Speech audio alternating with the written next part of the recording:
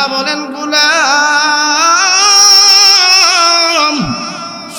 আমি তোদেরকে ওয়াদা নিয়ে দুনিয়ার জমিনে পাঠাইলাম রে তোরা কি মনে করেছিস দুনিয়াটা এমনি টিকে আছে না না ও আমার বান্দারা একটু দিলের কান লাগায় শুন আল্লাহ বলতেছেন আলাম নাজালিল আরদ মিহাদা আল্লাহ তাআলা বলেন আলাম নাজালিল আরদ মিহাদা আমি এই দুনিয়ার যত মানুষ আছে রে এই দুনিয়াটাকে আমি আল্লাহ তাআলা বিছানা স্বরূপ পবিত্র বানায়া দিলাম সুবহানাল্লাহ এই পৃথিবীর যে স্থানের মধ্যে আপনি আল্লাহ তাআলার কুদরতি কদমে সেজদা দেন সেখানে সেজদা দেওয়ার পাওয়ার রাখেন আল্লাহ বলেন আমি গোটা পৃথিবীটাকে আমি আল্লাহ তাআলা তোদের জন্য বিছানা জমিন হিসাবে বলে দিয়েছি সুবহানাল্লাহ ওয়াল জিবালা আওতাদা আর আল্লাহ তাআলা বলেন গোলাম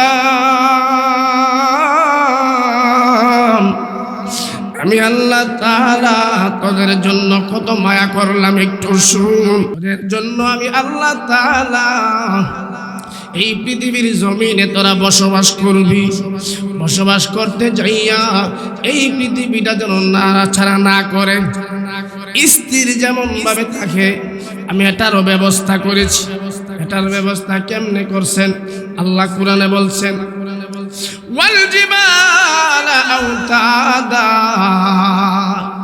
আমি আল্লাহ তাআলা পৃথিবীর কোনায় কোনায় বিশাল বড় বড় পাহাড় পেরেক শুরুক আল্লাহ তাআলা লাগায় দিয়েছে কি শুরু وَإِذْ قَالَ رَبُّكَ لِلْمَلَائِكَةِ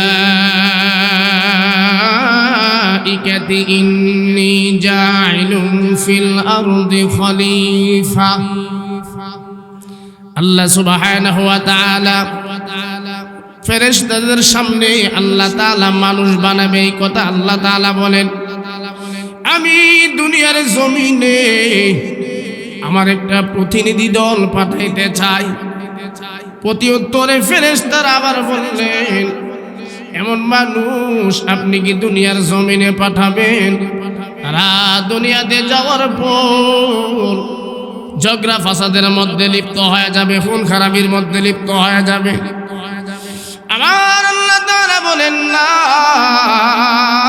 রে আমার এমন কিছু বান্দা এমন কিছু বান্দি এই দুনিয়ার জমিনে থাকবে রে তাদের পায়ের সামনে যদি ওহদ পাহাড় পরিমাণ সম্পদ রেখে দেওয়া হয় তারপরেও আবার গোলামেরা গুনার কাজে লিপ্ত হবে না সুবহানাল্লাহ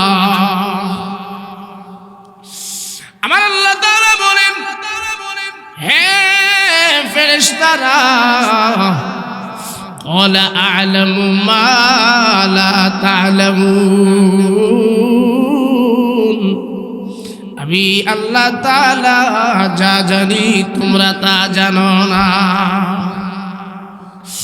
আমি আল্লাহ তাআলা জানি আমার কিছু বান্দা আমার কিছু বান্দিরা এই দুনিয়াতে যাওয়ার পর যদি তারা মনের ভুলে শয়তানের ওয়াসওয়াসায় পড়ে গুনাহ করে ফেলে আমি আল্লাহ তাআলা তাদের জন্য অপশন রেখে দিয়েছি তার কারণ হলো আল্লাহ তাআলা শয়তান যখন আল্লাহ তাআলার দরবারে বেয়াদবি করেছেন আপনারা সকলেই জানেন শয়তানের যুক্তি কত চমৎকার ছিল আল্লাহ তাআলা বলেন আমি অর্ডার করেছিলাম আমার সঙ্গে কোনো যুক্তি চলে না শয়তান যখন হযরতে আদম আলাইহিস সালাতু ওয়াস সালামকে আমার আল্লাহ তাআলা বলেছিলেন কাকে বলেছিলেন মুআল্লিমুল মালাইকা সাধারণ ফেরেশতা নয় সাধারণ কেউ নয়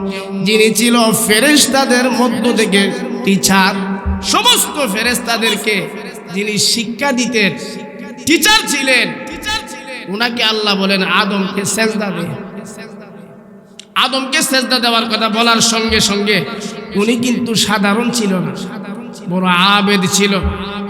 আজাজিল নামক শয়তান ইবলিস বলেন, আল্লাহ তুমি আমাকে বানাইলা মাটি দিয়ে, আগুন দিয়া, আদম বানাইলা মাটি দিয়া, আগুন উপরে ওঠে মাটি নিচে নামে, এটা কেমন করে সম্ভব?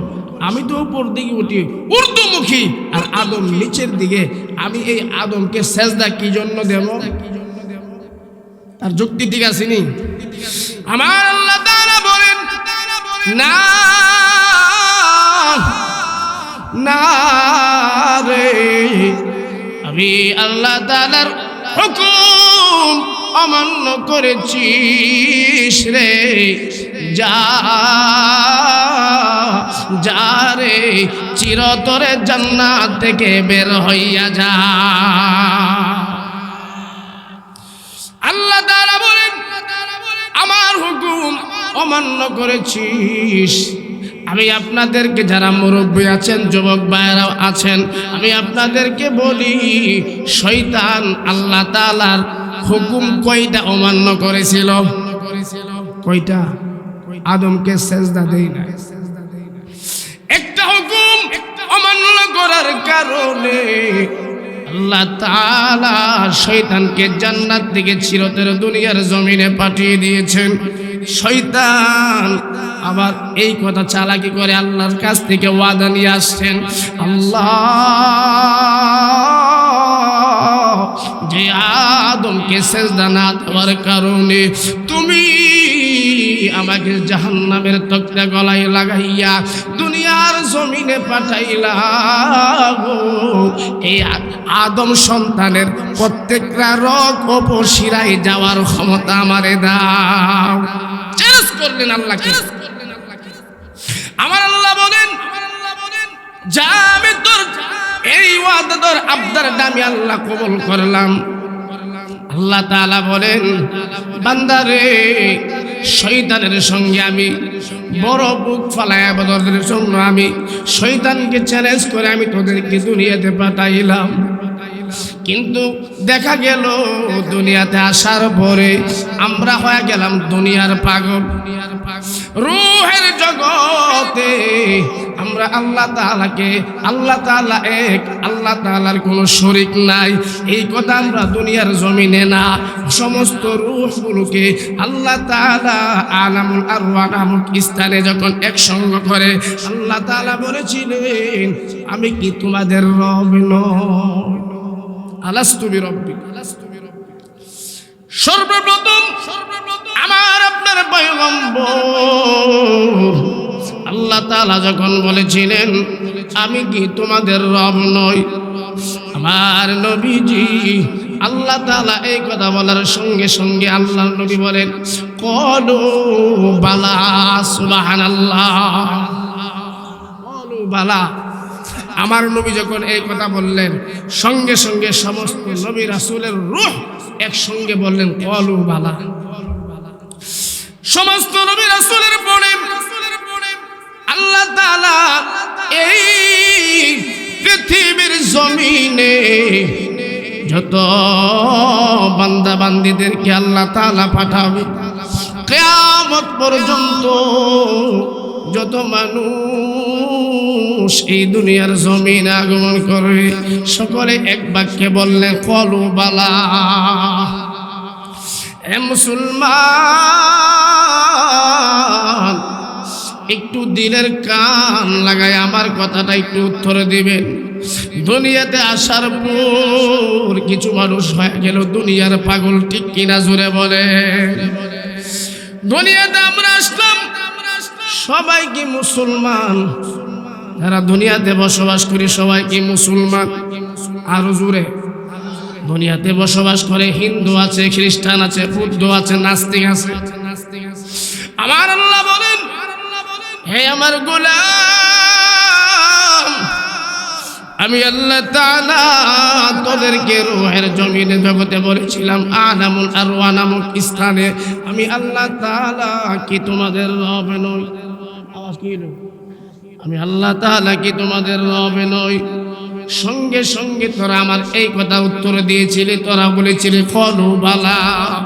কিন্তু দেখা যায় দুনিয়াতে আমরা আসলাম, দুনিয়াতে আসার পরে কিছু মানুষ হয়ে গেল হিন্দু, কিছু মানুষ হয়ে গেল খ্রিস্টান, কিছু মানুষ হয়ে গেল বুদ্ধ, ঠিক কিনা জোরে বলেন?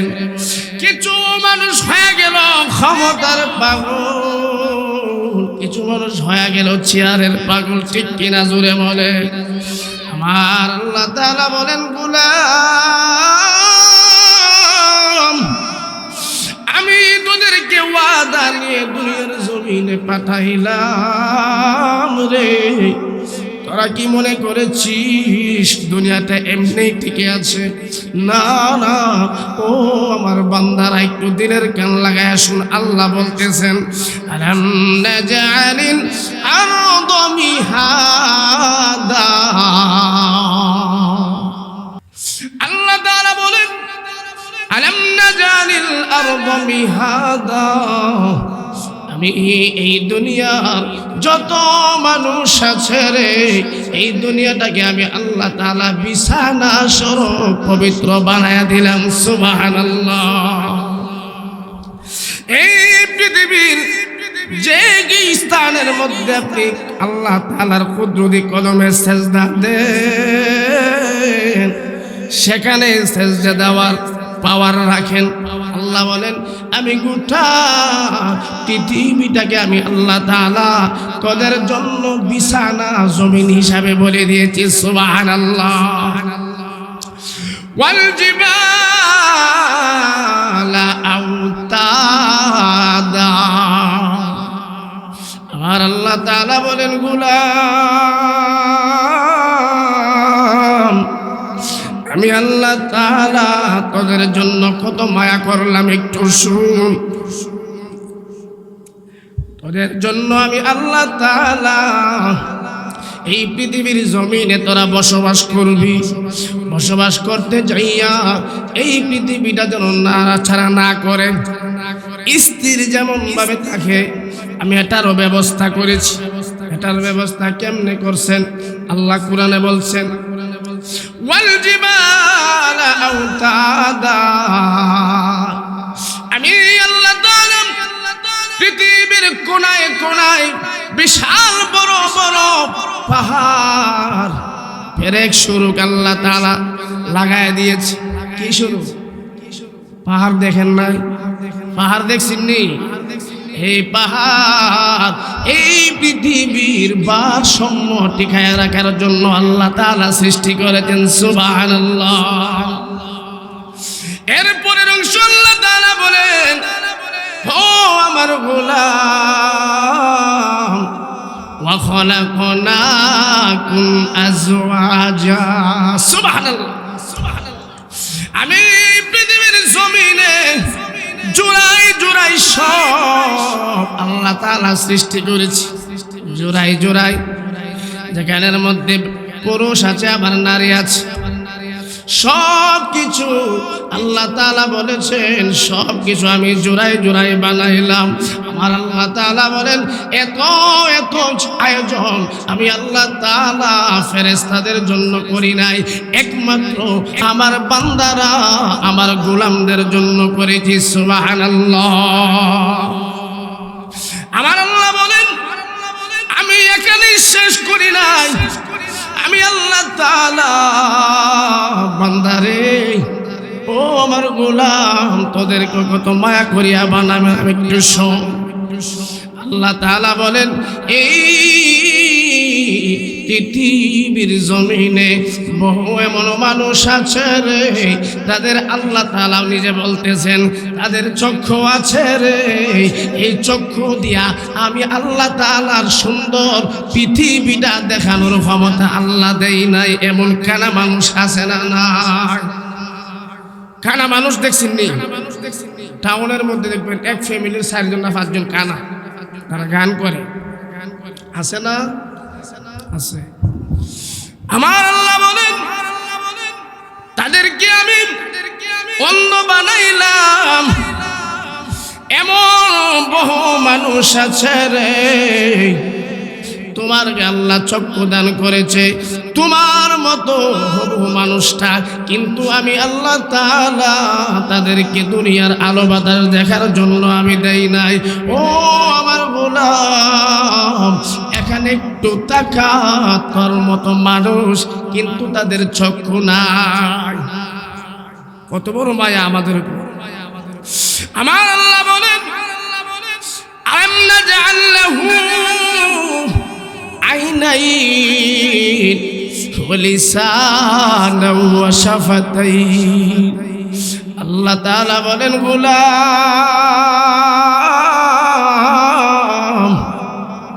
এই পৃথিবীর জমিনে এমন মানুষ আছে রে, এই পৃথিবীর জমিনে আমি আল্লাহ তাআলা তোদেরকে মায়া করিয়া জিহ্বা দান করেছি।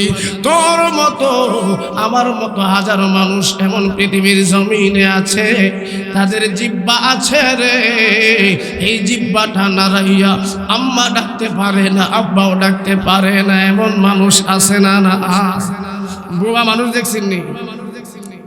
আল্লাহ বলেন, তাদেরকে জিহ্বা দান করেছি তোমার মতো, কিন্তু তাদের জিহ্বা আছে রে, তোমারও জিহ্বা আছে। তুমি আম্মা ডাকতে পারো, আব্বা ডাকতে পারো, কিন্তু তাকায়া দেখ তাদের জিহ্বা আছে রে, এই জিহ্বা দিয়া তারা আমার নামটা বলতে পারে না। এত এত নিয়ামত আল্লাহ তাআলা বলেন তোদের জন্য আমি আয়োজন করেছি। তারপরে বান্দারে আল্লাহ তাআলা বলেন, এত আয়োজন করেছি আমি আল্লাহ তাআলা এখানে শেষ করতে পারতাম, শেষ করি না। আরো সামনে সুসংবাদ আছে, সুবহানাল্লাহ জোরে বলেন। সামনে আরো সুসংবাদ একটু শুনেন, আনাইলে এত গুনাহ করি, আল্লাহ তাআলা যদি আমাদেরকে দয়া না করত, একটা কাট দেওয়ার ক্ষমতা আমাদের কাহাও থাকতো না। বনি ইসরাইল, কওমে লূত, কওমে সামুদ অন্যায় করেছে, সঙ্গে সঙ্গে আকাশ থেকে আসমান থেকে ফায়সালা হয়েছে, তারা দুনিয়ার জমিনে ধ্বংস হয়েছে। আমাদেরকে আল্লাহ তাআলা কত মায়া করছে একটু শুনেন। আল্লাহ তাআলা বলেন, দিন রাত 24 ঘন্টার ভিতরে এত এত গুনাহ করতেছিস, তারপরেও আমি আল্লাহ তাআলা তোদেরকে কি জন্য পাকড়াও করি না। আমার আল্লাহ তাআলা বলেন, গোলাম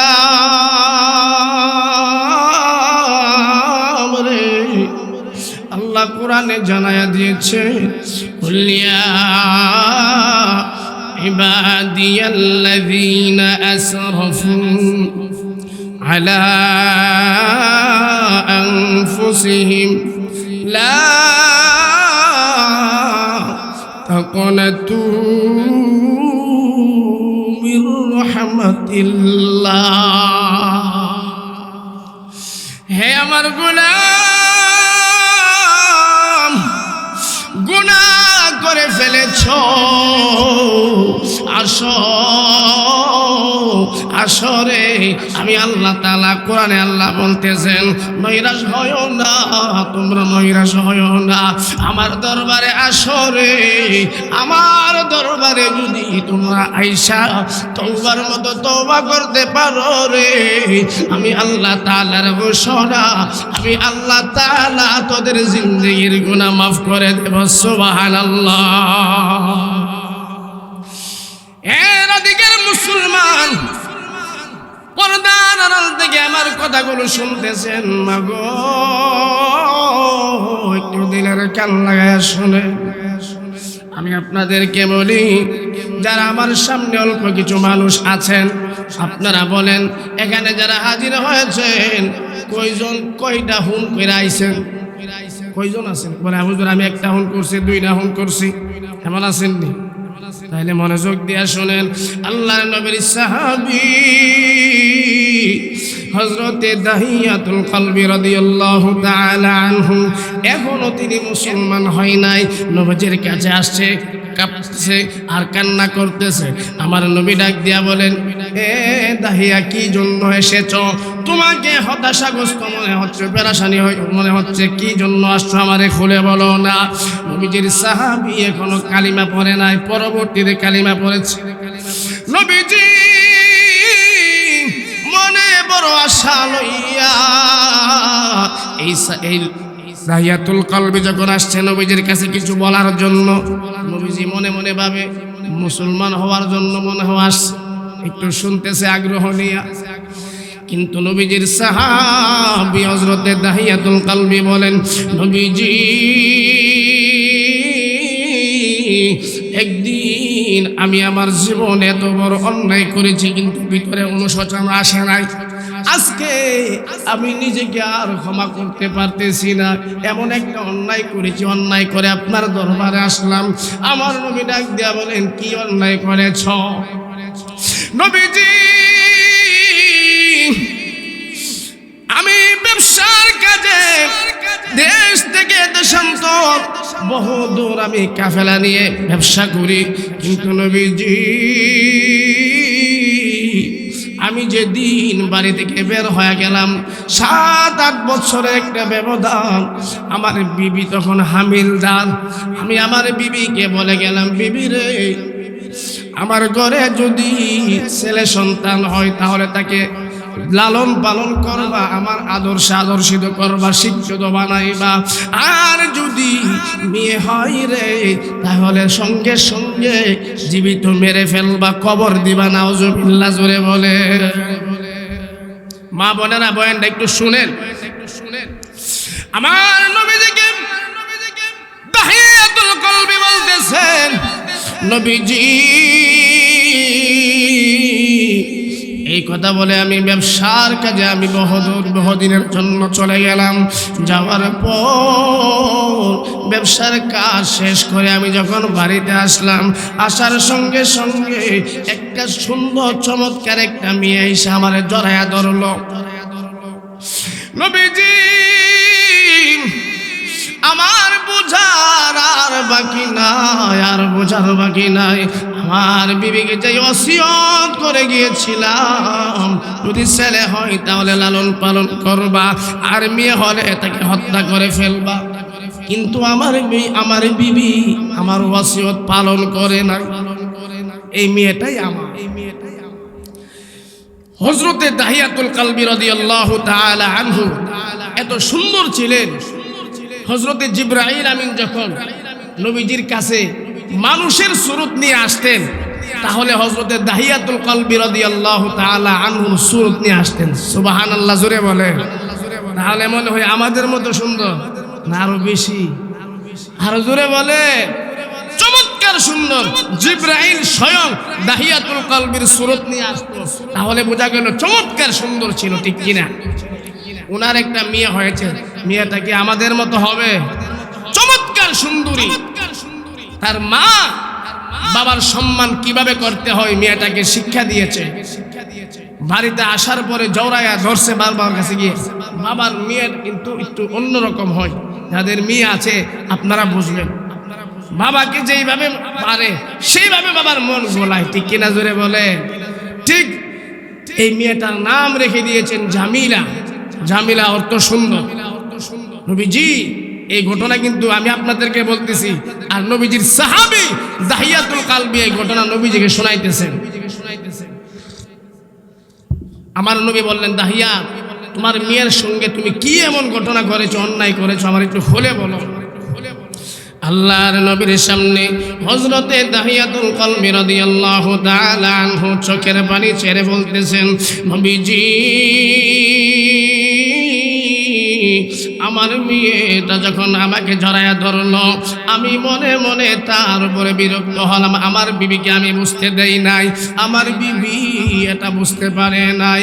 আমি আমার বিবির কাছে বললাম, বিবি রে, বহুদিন পরে আমি বাড়িতে এসেছি, আমার মেয়েটাকে সুন্দর করে সাজায়া দাও।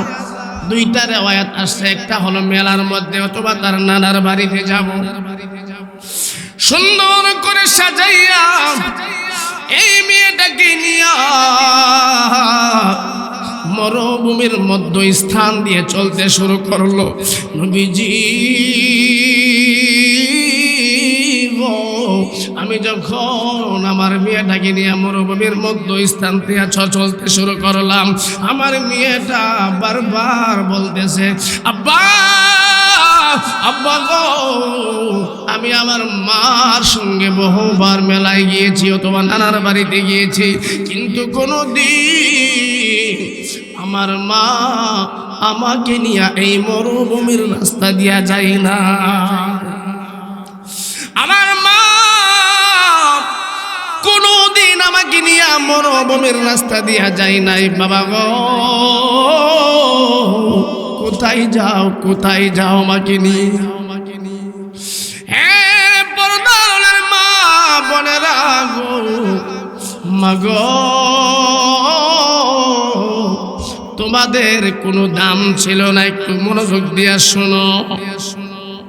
হযরতে দাহিয়াতুল কলবি বলেন, নবীজি আমি আমার মেয়েটাকে নিয়ে মরুভূমির মধ্য স্থান দিয়া যখন চলতে শুরু করলাম, নবীজি আমার মেয়ে বারবার বারবার আমাকে বলেছিল, আব্বা গো, আমি আমার মার সঙ্গে বহুবার নানা বাড়ি গিয়েছি, কিন্তু মরুভূমির রাস্তা দিয়া যাই নাই, তুমি আমাকে নিয়ে কোথায় রওনা হইলা একটু বলে বলো না। নবীজি বাধ্য মাইকে ওয়াজ করুন। আমি যখন আমার মেয়েটাকে নিয়ে মরুভূমির মধ্য স্থানে, যেখানে কোনো মানুষের যাতায়াত নাই, সেখানের মধ্যে যাওয়ার পর আমি যখন গর্ত করতেছি, আর আমার মেয়েটা বারবার বারবার ডাক দিয়া বলেন, বাবা গো, তুমি না আমারে মেলায় নিয়ে যাইবা, এই মরুভূমির স্থানে কি বলে বলো না। মেয়েটা বুঝতেছে না। হযরতে দাহিয়াতুল কলবি ডাক দিয়া বলেন, নবীজি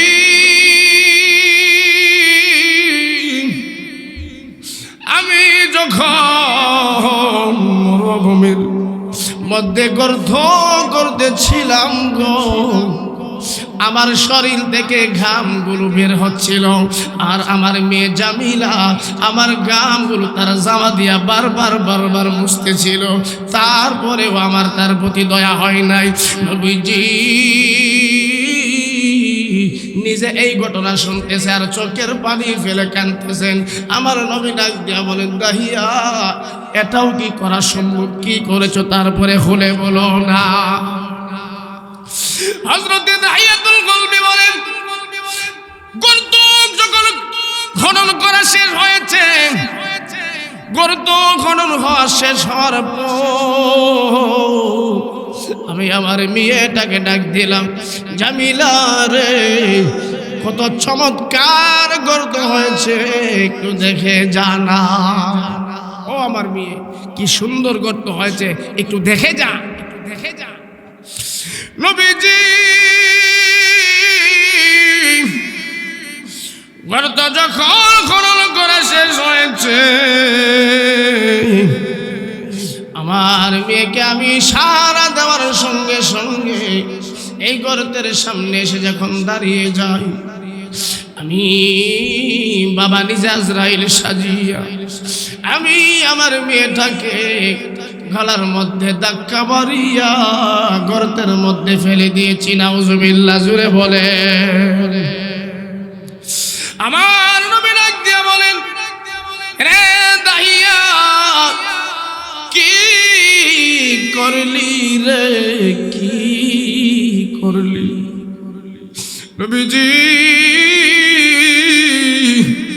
গর্ত যখন খনন করা শেষ হয়েছে, আমি আমার মেয়েটাকে ডাক দেওয়ার সঙ্গে সঙ্গে গর্তের সামনে চলে আসছে। আমি আজরাইল সাজিয়া আমি আমার মেয়েটাকে গর্তের মধ্যে ছেড়ে দিয়েছি, আর আমার মেয়ের বোঝার বাকি নাই গো নবীজি, তাকে মারার জন্য এই গর্ত করেছি। নবীজি আমার মেয়েটাকে যখন গর্তের মধ্যে আমি ধাক্কা মারিয়া ফেলে দিয়েছি,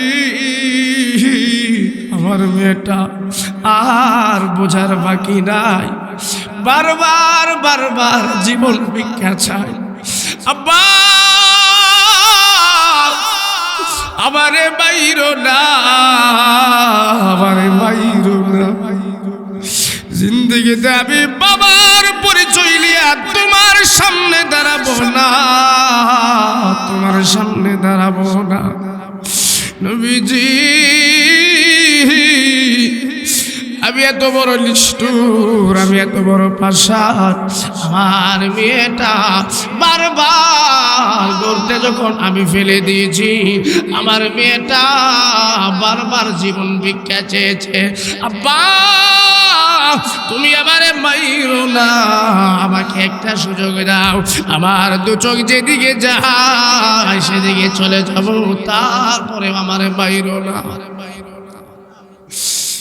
এ মুসলমান, জামিলা বলে আব্বা আল্লাহ আমাকে মেয়ে বানিয়েছে, আমি আপনাদেরকে প্রশ্ন রেখে যাই, সন্তান দেওয়ার মালিক কে? আরো আসতে বলেন। সন্তান দেওয়ার মালিক আল্লাহ, ছেলে দেওয়ার মালিক কে? মেয়ে দেওয়ার মালিক কে? আরো জোরে, অন্য কেউ আছে?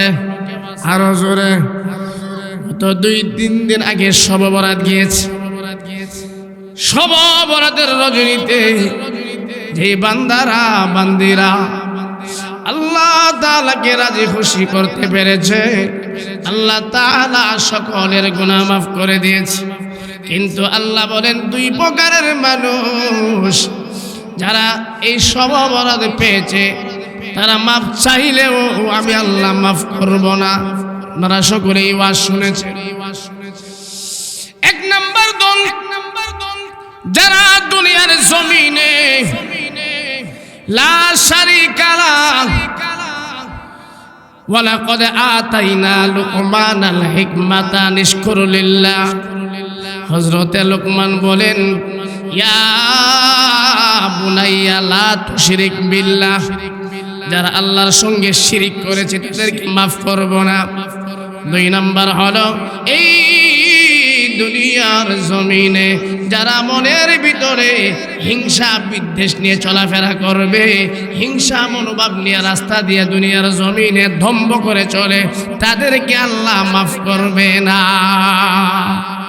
আচ্ছা বলেন, হিংসা করার গুণ কার? আরো জোরে, আরো জোরে। হিংসা করার ক্ষমতা একমাত্র আল্লাহ, অহংকার করার গুণ একমাত্র আল্লাহ। কিন্তু দুনিয়ার মানুষ আল্লাহর গুণ নিজের কাছে নিয়ে আসছে। নাউজুবিল্লাহ, জোরে বলেন। হযরতে দাহিয়াতুল কলবি ডাক দিয়া বলেন, মনে আসেনি নবীজি আমার মেয়েটা আমার কাছে বারবার জীবন ভিক্ষা চেয়েছে, আমি আমার মেয়েটাকে ক্ষমা করি নাই, আমি বড় বড় পাথর চাপা দিয়ে আমি আমার মেয়েটাকে হত্যা করে ফেললাম। নাউজুবিল্লাহ, জোরে বলে। রাদিকার মুসলমান, হযরতে দাহিয়াতুল কলবি চোখের পানি ফেলতেছেন। আমার নবীজি এই ঘটনা নিজে শুনতেছেন। আমার নবী ডাক দিয়া বলেন, দাহিয়া এটাও কি তুই করতে পারলি? কেমন করে পারলি? নিজের আপন বিয়ে তার মেয়ে হওয়ার অপরাধে তাকে তুই জীবিত কবর দিলি। আমার আল্লাহ তাআলা বলেন, হে ফেরেশতা জিবরাইল যা রে যা যা। ইব্রাহিম নবীজিকে কোরআনের আয়াত শোনায়া দিয়েছে, কুল্লিয়া ইবাদিয়াল্লাযীনা আসরাফু আলা আনফুসিহিম লা তাকনাতু মির রাহমাতিল্লাহ ইন্নাল্লাহা ইয়াগফিরুয যুনুবা জামিআ। সুবহানাল্লাহ, জোরে বলেন, আর জোরে বলেন আল্লাহু আকবার। সাউন্ড নিয়ে যে তামসা শুরু করছে, ওয়াজ করুন একবার যা আবার আপনারা কিছু করেন, আপনারা কিছু করেন না, চেষ্টা করতেছে।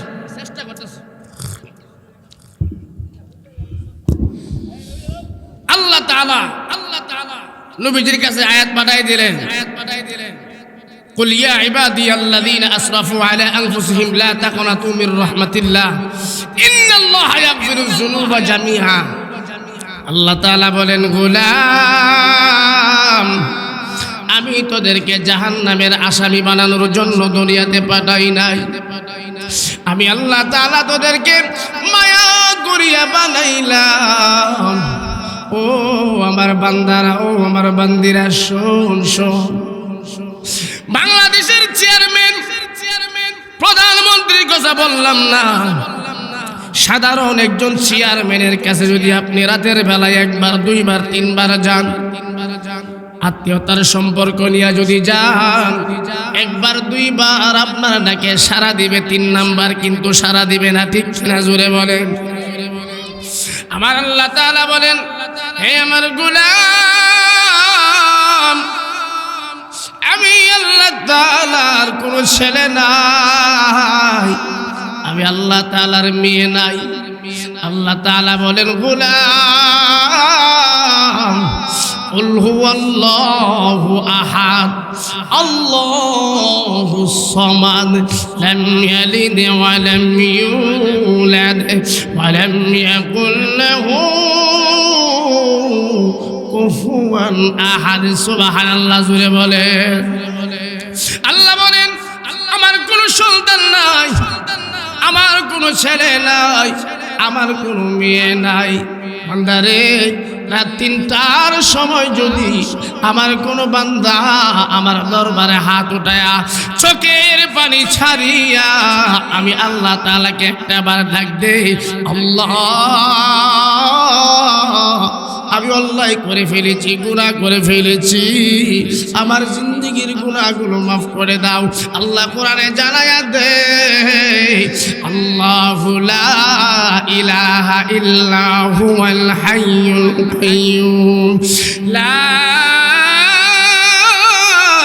তাখুযুহু সিনাতু ওয়ালা নাওম। সুবহানাল্লাহ। বলতেছিলাম, দুনিয়া যত আপন, বারবার যদি আপনি থাকেন, একবার, দুইবার, বারবার আপনি তাকে ডিস্টার্ব করেন, সে আপনার ডাকে প্রত্যাখ্যান করবে, জবাব দিবে না।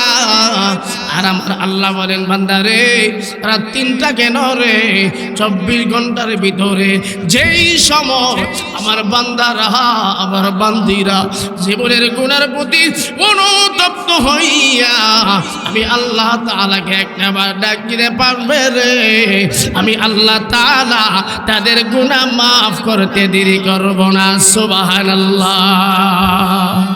আর জোরে বলেন আল্লাহু আকবার।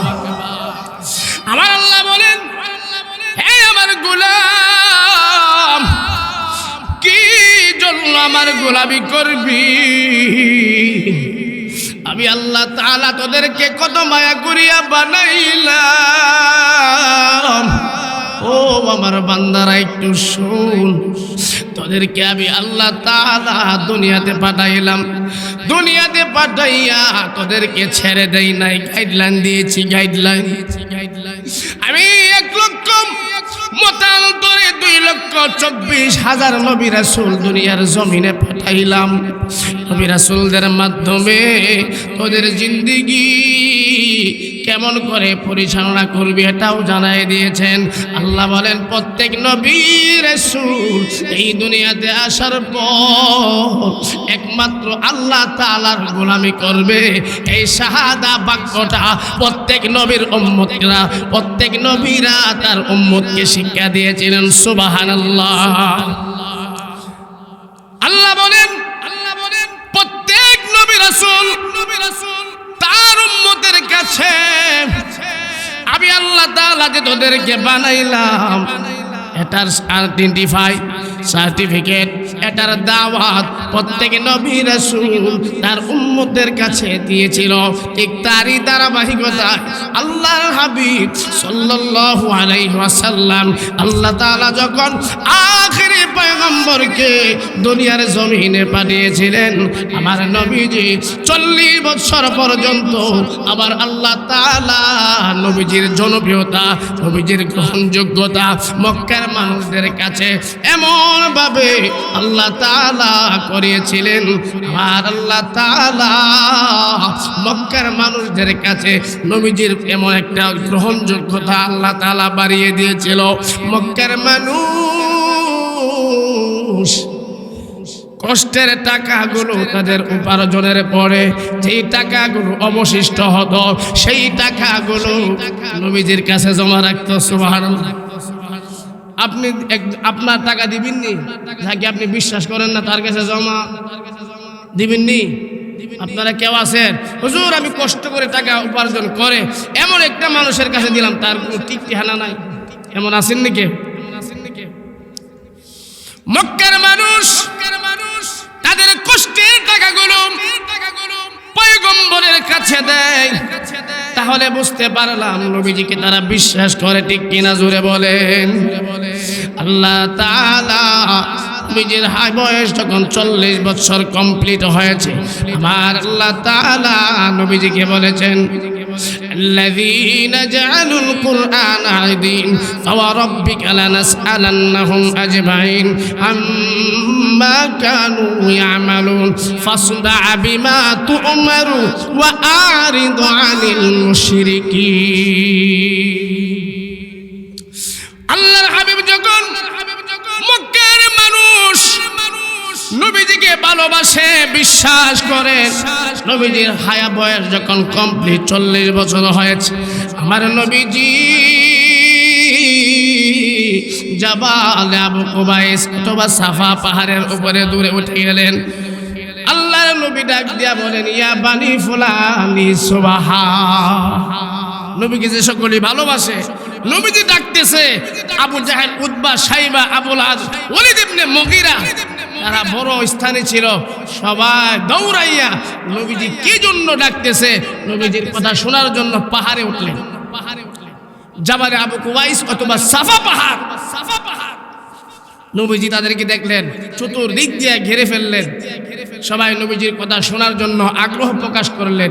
আমার নবী বলেন, ও আমার কওমের লোকেরা, তোমরা কি আমি নবীকে বিশ্বাস করো? হ্যাঁ। নবী বললেন, আমি যদি তোমাদেরকে এই মুহূর্তে বলি এই পাহাড়ের পিছন থেকে একটা দল সশস্ত্র বাহিনী তোমাদেরকে আক্রমণ করবে, তোমরা কি বিশ্বাস করবা? হ্যাঁ। তুমি জিন্দেগিতে একটা মিথ্যা কথা বলো নাই, যেই কথা বলবা সেই কথা বিশ্বাস করবো। সুবহানাল্লাহ জোরে বলেন।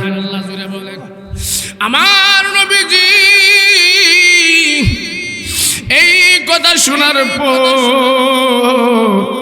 আমার নবী ডাক দিয়া বলেন কুলু লা ইলাহা ইল্লাল্লাহু তুফলিহু। এই আমার কওমের মানুষ, শোনো শোনো রে, আমার আল্লাহ তাআলা আমাকে তোমাদের নবী হিসাবে প্রেরণ করেছে। তোমরা আমার হাতে হাত রেখে কালিমা পড়ে যদি মুসলমান হয়ে যাও, আমি নবী ওয়াদা দিলাম তোমাদেরকে জান্নাতে আমি নবীর সঙ্গে নিয়ে যাব। সুবহানাল্লাহ। এ মুসলমান, দিলের কান লাগায় শোনো গো, দিলের কান লাগায় শোনো। আমার নবীজি মক্কাবাসীদেরকে এই কথা বলার সঙ্গে সঙ্গে মক্কার মানুষ সঙ্গে সঙ্গে নবীজির শত্রু হয়ে গেল, নবীজির দুশমন হয়ে গেল। আল্লাহর নবী মক্কার মানুষদের হাত থেকে এমনভাবে নির্যাতন হওয়া শুরু করলো। আমার আল্লাহ তাআলা বলেন, ও আমার বন্ধু, প্রতিবাদ করার সময় এখনো হয় নাই, চুপ থাকেন। আল্লাহর নবী গভীর রজনীতে একা একা কোরআন তেলাওয়াত করে, কাফেররা সেখানেও বাধা দেয়। মক্কার সামনে নামাজে দাঁড়ায় গেলে কাফেররা নবীজিকে সেখানেও বাধা দেয়।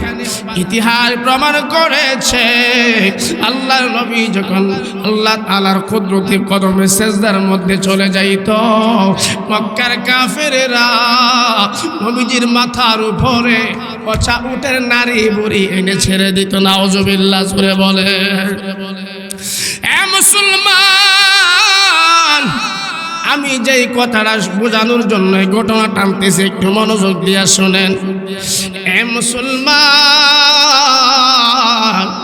আমরা কিন্তু আনামুল আরওয়াহনামু ইস্তারে আল্লাহ তাআলাকে রব বলে স্বীকার করে দুনিয়াতে আসলাম। আসার পরে আমাদের কি হয়ে গেল এটাই বোঝানোর জন্য টানতেছি ঘটনা। এ মুসলমান, আল্লাহর নবী হায়াতুন নবী জিন্দা নবী রহমতে আলম নবী যখন মক্কার মানুষদের কাছে দ্বীনের দাওয়াত গোপনে গোপনে দেয়, একজন দুইজন করে মুসলমান হচ্ছে। আল্লাহর নবী হযরতে আবু বকর রাদিয়াল্লাহু তাআলা আনহুকে দ্বীনের দাওয়াত দিলেন। আবু বকর রে, আমার আল্লাহ তাআলা আমাকে নবুয়ত দান করেছে, তুমি কি আমার কথা বিশ্বাস করো? আল্লাহর নবীর সাহাবী হযরতে আবু বকর ডাক দিয়া বলেন, নবীজি, আমি আপনাকে শৈশব কাল থেকে চিনি, জিন্দেগিতে আপনি একটা মিথ্যা কথা বলেন নাই। আপনি আমাকে পড়ায়া দেন লা ইলাহা ইল্লাল্লাহু মুহাম্মাদুর রাসূলুল্লাহ। সবাই জোরে জোরে বিবরণ পারবেন না সাল্লাল্লাহু আলাইহি ওয়াসাল্লাম? সবাই জোরে বলেন সাল্লাল্লাহু আলাইহি ওয়াসাল্লাম। হযরত আবু বকর মুসলমান হয়ে গেলেন। তার কওমের মানুষ এই সংবাদটা শোনার পর ডাক দিয়া বলেন, আবু বকর, তুমি আমাদের বাপ দাদার ধর্মের উপরে চুনকালি মারলাম, তুমি মুসলমান ধর্ম ত্যাগ করো, মুহাম্মদের দল ত্যাগ করো, নয়তোবা তোমার ব্যাপারে আমরা সিদ্ধান্ত নিতে বাধ্য হব। আল্লাহর নবীর আশিক, আমরাও আশিক, নবীজির আশিক, তারাও ছিল আশিক সাহাবীরা। এই জন্য নবীজি বলেছেন, আমার প্রত্যেকটা সাহাবী আসহাবিকান নুজুম, আসমানের তারকা যেমন জন্মর, আমার সাহাবীরাও তাদের মতো। সুবহানাল্লাহ জোরে বলেন। হযরত আবু বকর বলেন, আমি নবীজির হাতে হাত রেখে কালিমা পড়ে মুসলমান হয়েছি। মুসলমান হওয়ার অপরাধে আমার জীবন যদি চলিয়া যায়, আমার জীবন চলে যাবে, তারপরে আমি বিন্দু মাত্র ইসলাম ধর্ম থেকে বিতাড়িত হব না। সুবহানাল্লাহ। হে মুসলমান, হযরতে আবু বকরের ব্যাপারে সিদ্ধান্ত গ্রহণ করা হলো। ওনার কওমের মানুষ ওনাকে এমন ভাবে মারতে শুরু করলো, কিতাবের মধ্যে প্রমাণ করেছে হযরতে আবু বকর রাদিয়াল্লাহু তাআলা আনহু বেহুশ হয়ে জমিনের মধ্যে পড়ে গিয়েছেন। ওনার আম্মা জান দৌড়াইয়া ওনার কাছে চলে গেলেন, আব্বা, তোমার কি হয়েছে? তুমি মুসলমান ধর্ম গ্রহণ করার কারণে মক্কার মানুষ তোমাকে এমন ভাবে মারতেছে, এখনো সময় আছে রে, তুমি ইসলাম ধর্ম ত্যাগ করো।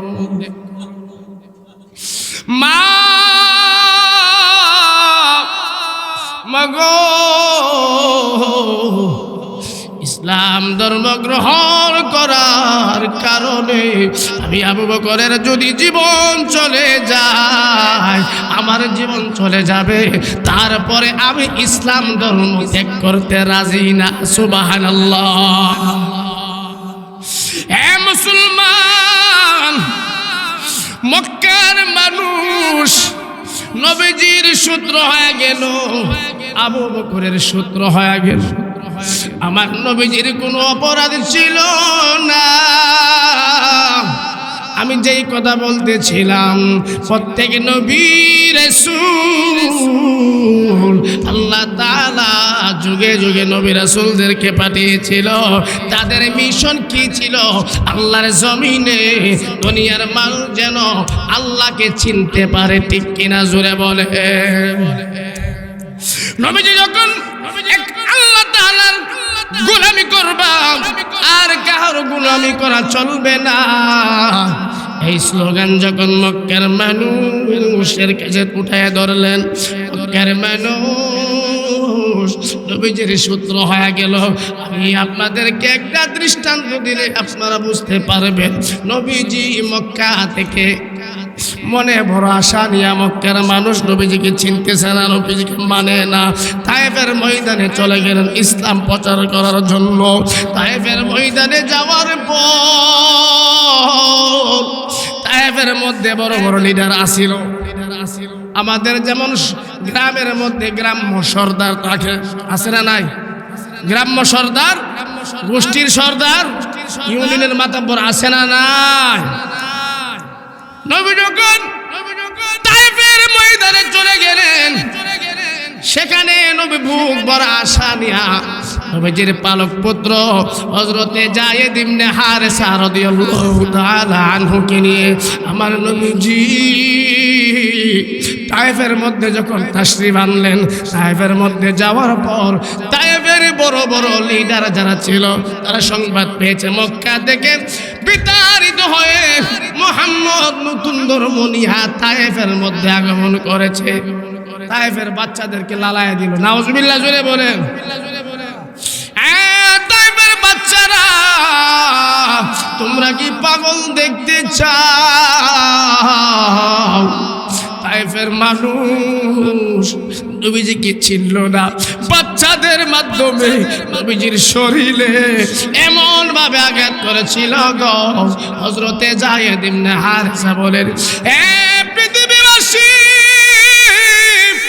যে নবীজির শরীর মোবারকে মশা মাছি বসা হারাম ছিল,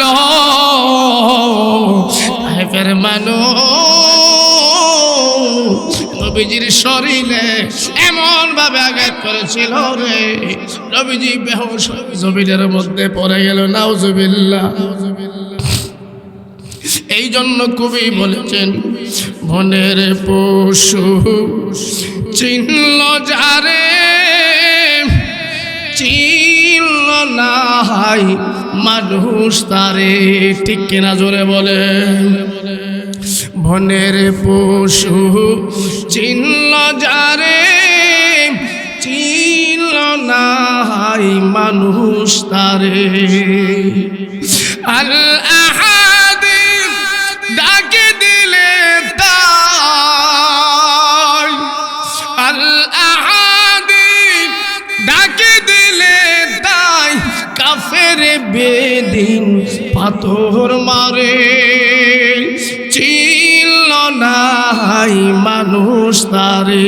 আমার সঙ্গে বলেন, বনের পশু চিনল যারে, চিনল নাই মানুষ তারে।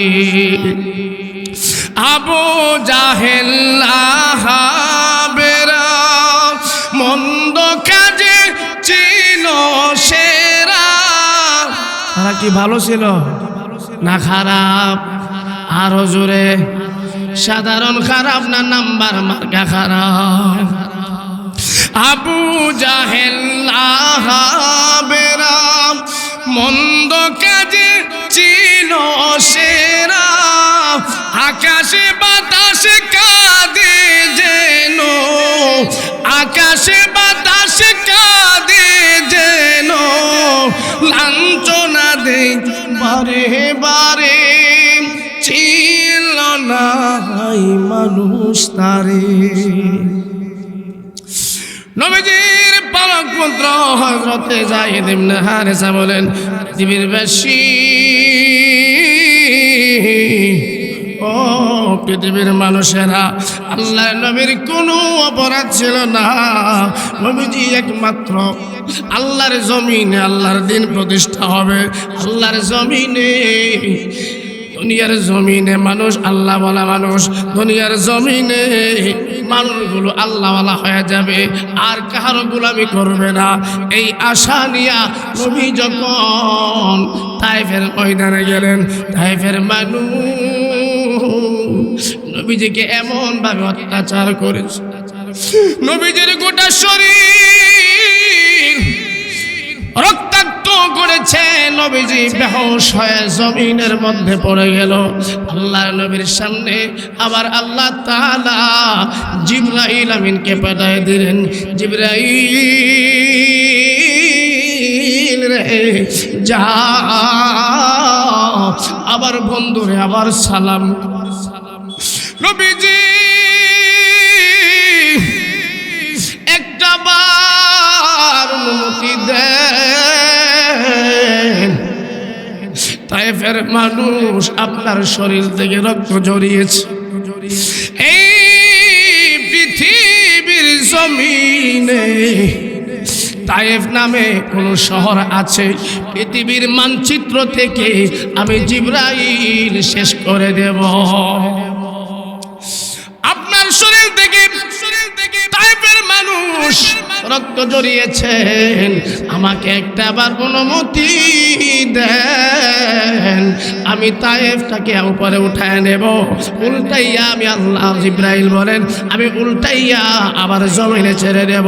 পৃথিবীর মানচিত্রে দেখে পৃথিবীর মানুষ একটা তায়েফ শহর ছিল, এটা পৃথিবীর মানুষ জানবে না।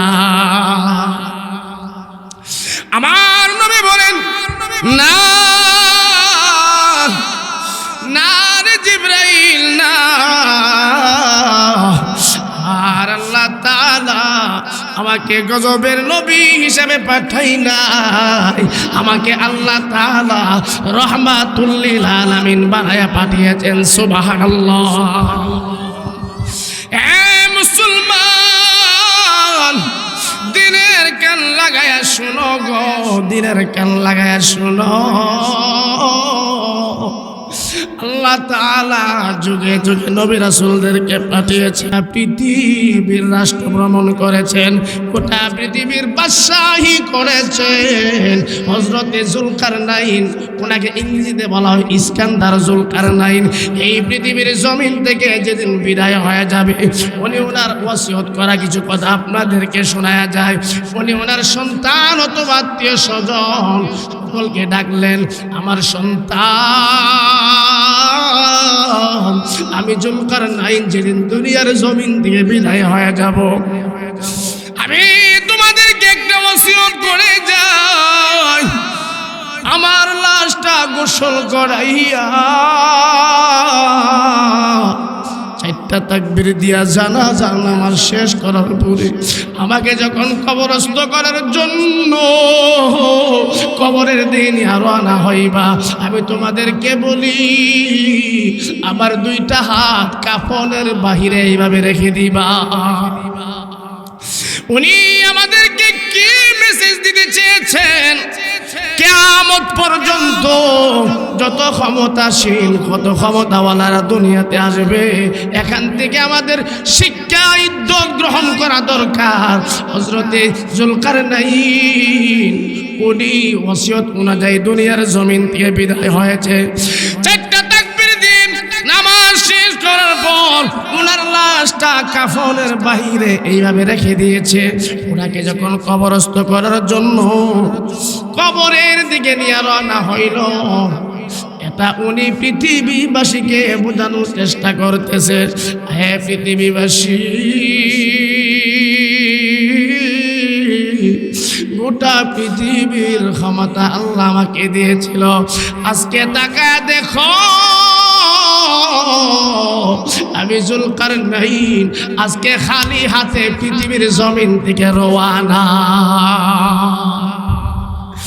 হে রাদিগার মুসলমান, দিলের কান লাগায়া শুনো গো, দিলের কান লাগায়া শুনো, দিলের কান লাগায় শোনো। আল্লাহ বলেন, গোলাম, আমি তোদেরকে জাহান্নামের আগুনে জ্বালাইবার জন্য বানাই নাই, আমি আল্লাহ তাআলা তোদেরকে দুনিয়া দুনিয়ার জমিনে পাঠাইলাম, আমি আল্লাহ তাআলা তোদের গাইডলাইন হিসাবে নবী রাসূলদেরকে দুনিয়াতে পাঠাইলাম। তারপরেও যদি গুনাহ হয়ে যায়, আল্লাহ কোরআনে জানায়া দিয়েছেন, কুল্লিয়া ইবাদিয়াল্লাযীনা আসরাফু আলা আনফুসিহিম লা তাকুনাতু মির রাহমাতিল্লাহ। চিল্লায়া কি বলা যাবে না? আল্লাহু আকবার। আর জোরে বলেন আল্লাহু আকবার। আমি আর আমার আলোচনা দীর্ঘায়িত করলাম না, হুজুর চলে আসছে, আপনাদের কাছ থেকে বিদায় নিচ্ছি। আমার জন্য দোয়া করবেন, আমিও আপনাদের জন্য দোয়া করি। মুর্দেগানের রূহের মাগফিরাত এই মাহফিল, আল্লাহ তাআলা যেন এই মাহফিলকে জুরিয়া করে সমস্ত কবরবাসীদের আযাব আল্লাহ মাফ করে দেন। সবাই জোরে বলেন আমিন।